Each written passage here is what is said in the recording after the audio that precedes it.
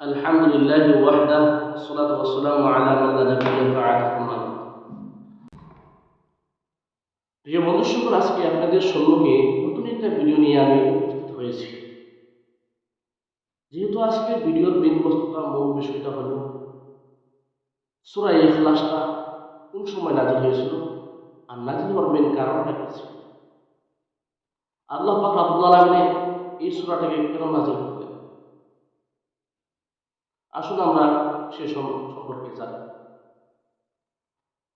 একদিন নবী করিম সাল্লাল্লাহু আলাইহি ওয়াসাল্লামকে মক্কার মুশরিকেরা প্রশ্ন করেছে, তোমার রবের সিফত কি বা নসবটা কি?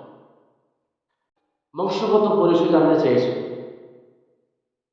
আল্লাহ রাব্বুল আলামিন। আল্লাহ কোথা থেকে আসে? তো আল্লাহর নসব সম্পর্কে তারা জানতে চাইছিল। তখন আল্লাহ পাক রব্বুল আলামিন সে সূরাটা নাযিল করলেন। আর সে সূরার যোগে দিয়ে তাদের সমস্ত প্রশ্নের উত্তর দিয়ে দিলেন আল্লাহ পাক রব্বুল আলামিন। আল্লাহ পাক রব্বুল আলামিন বলতেছেন, কুল হুয়াল্লাহু আহাদ। আয় মুহাম্মদ, তুমি তাদেরকে বলে দাও যে আল্লাহ এক, আল্লাহর কোনো শরীক নাই।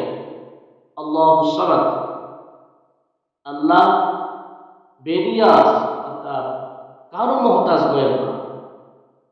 লাম ইয়ালিদ, না আল্লাহর কোনো আওলাদ আছে। ওয়ালাম ইউলাদ, না আল্লাহ কারো আওলাদ। ওয়ালাম ইয়াকুল লাহু কুফুয়ান আহাদ, আর আল্লাহ যেমন, ওনার মতো আর কেউ হইতে পারবে না। এটি ছিল আজকের ভিডিওর মূল বিষয়বস্তু।